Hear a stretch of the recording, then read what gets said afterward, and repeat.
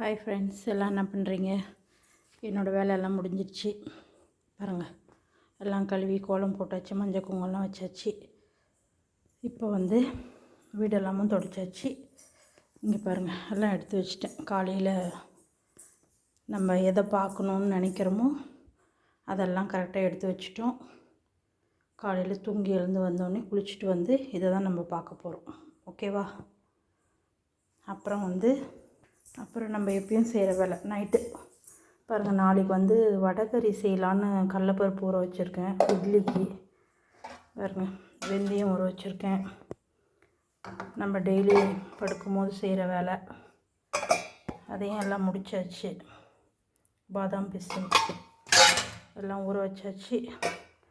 வேலையெல்லாம் முடிச்சு ஃப்ரெண்ட்ஸ் பாருங்கள், மாவும் கலக்கி வச்சுட்டேன். நீங்கள்லாம் ரெடி பண்ணிட்டீங்களா? என்ன பண்ணீங்கன்னு சொல்லுங்கள்.